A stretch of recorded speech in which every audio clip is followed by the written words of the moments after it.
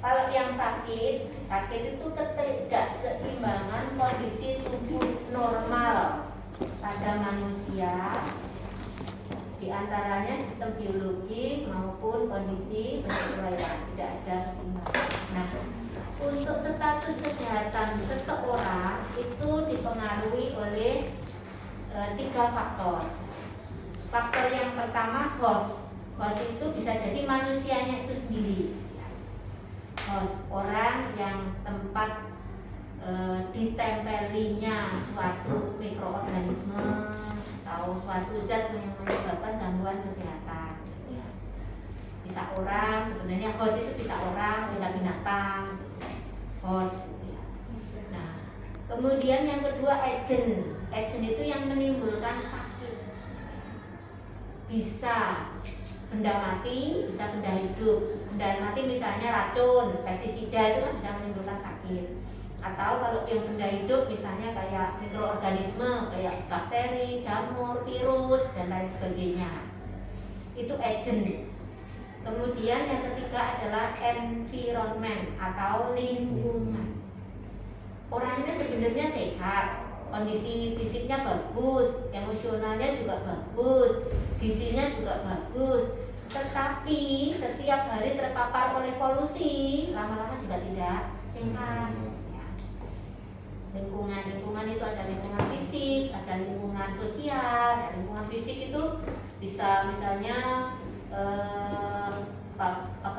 paparan polusi udara, polusi suara, kemudian unsur-unsur kimia yang lain. Nah, kalau yang sosial misalnya sosial ekonominya gitu ya, nggak bisa produktif secara sosial ekonominya. Kemudian fasilitas pelayanan kesehatan atau orang yang nggak bekerja itu kan mungkin secara fisik awalnya bagus, tapi lama-lama kan stres kalau nggak bekerja, nggak mendapatkan uang, padahal harus membiayai hidup keluarga.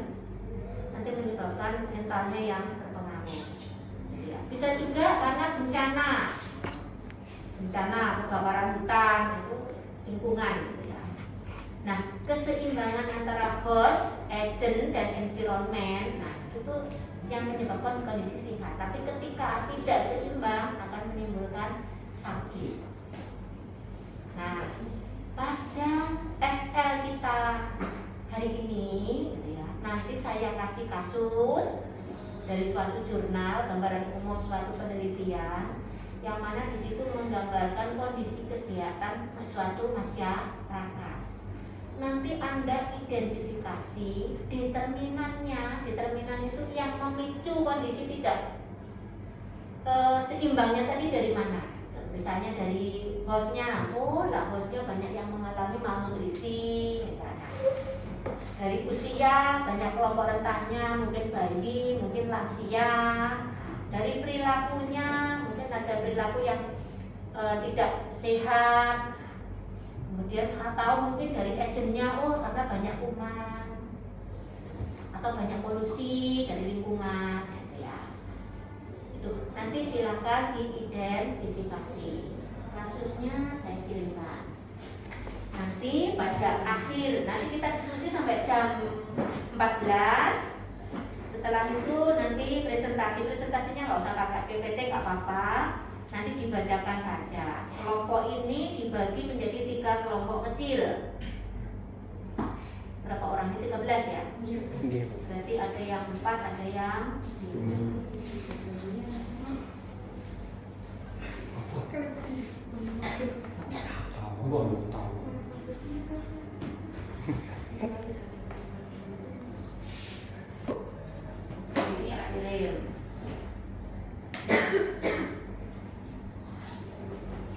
Nah, nanti jam 11 kalau sudah selesai diskusi nanti dipresentasikan per kelompok. Nanti kalau ini kan kasusnya sementara masih sama.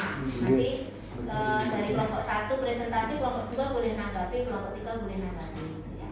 Terus besok di praktikum, kalau sekarang kan kasusnya dikasih sama Putari, kasusnya sama. Besok di praktikum Anda cari kasus sendiri, ya, berdasarkan di jurnal kesehatan masyarakat banyak. Cari kasus sendiri yang tentunya nanti kelompoknya 3 kelompok monggo mau sama atau beda dengan kelompok sekarang nggak masalah gitu ya. Nanti 3 kelompok mestinya ada 3 kasus yang berbeda. Kemudian dianalisis dari kasus tadi, kira-kira yang menjadi determinan terjadinya ketidakseimbangan itu dari segi apa? Dari hostnya, misalnya hostnya yang bagaimana, dari agent yang seperti apa, environment seperti apa. Nah, kalau itu dibuat PPT. Ya, besok di praktikum dipresentasikan. Itu ada pertanyaan? Belum? Nah, silakan bagi kelompoknya, kemudian lanjut diskusi.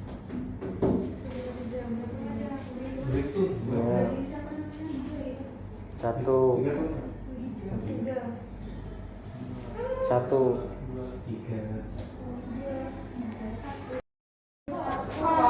Host, karena berkaitan dengan perilaku.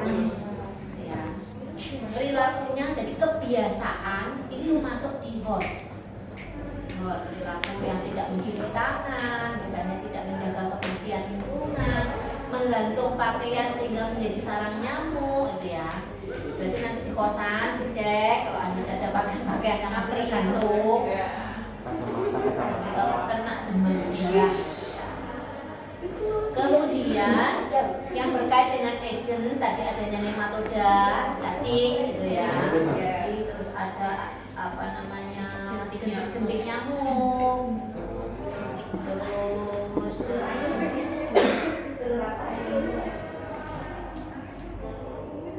yang nematoda tadi. di saluran air tadi apa namanya? Jentik nyamuk. Telur parasit. Parasit tadi ya. Itu masuk di agent. Agent kimianya ada enggak? Agentnya berarti biologis ya. Agent kimianya ada enggak? Enggak ada tadi. Enggak ada. Agent fisikanya ada enggak? Enggak. Enggak ada. Agent fisika itu misalnya adanya suhu yang tinggi. Agent kimianya misalnya adanya pencemaran pestisida, racun-racun. Nah, kemudian di lingkungan fisiknya apa?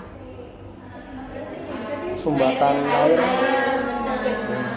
mengenang sehingga menjadi tempat bersarangnya nyamuk. Lingkungan sosialnya kemiskinan. pelayanan kesehatan yang jauh, air bersihnya tidak ada, kemudian lingkungannya yang kumuh, gitu ya, itu masuk di lingkungan sosial. Lingkungan kumuh itu kan artinya lingkungannya kurang bagus, padat pemukiman. Nah, itu sering menimbulkan beberapa penyakit, biasanya ada di kota-kota, karena kan lingkungannya sudah nggak banyak sehingga orang membuat tempat tinggal dengan kondisi yang seadanya. Nah, itu tadi contoh-contoh dari analisis kita terhadap kasus kesehatan yang ada di masyarakat. Nah, itu seperti yang tadi sudah kita lakukan. Nah, besok pada praktikum, tugas praktikumnya Anda mencari artikel jurnal yang berkaitan dengan kesehatan masyarakat. Silakan dicari jurnal-jurnal Kesmas, itu banyak. Pada umumnya di gambaran umum tempat penelitian itu akan tergambarkan itu, sehingga Anda bisa menganalisis kira-kira yang menjadi determinannya itu apa. Mungkin saja tidak berkaitan dengan status kesehatan yang jelek, mungkin status kesehatan yang bagus, determinannya apa. Mungkin misalnya lingkungannya bersih, nggak ada polusi, perilaku PHBS-nya bagus. Kalau ini kan di kasus ini kayaknya PHBS-nya jelek banget gitu ya. Orang nggak bisa menjaga kebersihan, air membenang juga banyak, menggantung pakaian, itu kan PHBS-nya jelek. Silahkan cari artikel jurnal, besok dibuat di PPT, kasus umumnya dimunculkan dulu, habis itu analisisnya. Mungkin begitu, ada pertanyaan atau diskusi? Tidak, Ibu. Tidak, masih banyak ini waktunya.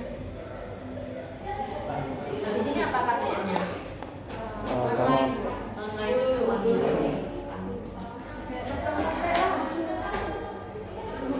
Oke, kalau Ada pertanyaan?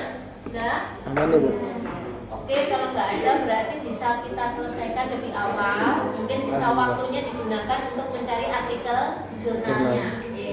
Dari artikel jurnalnya, sehingga besok pada saat praktikum sudah bisa langsung presentasi.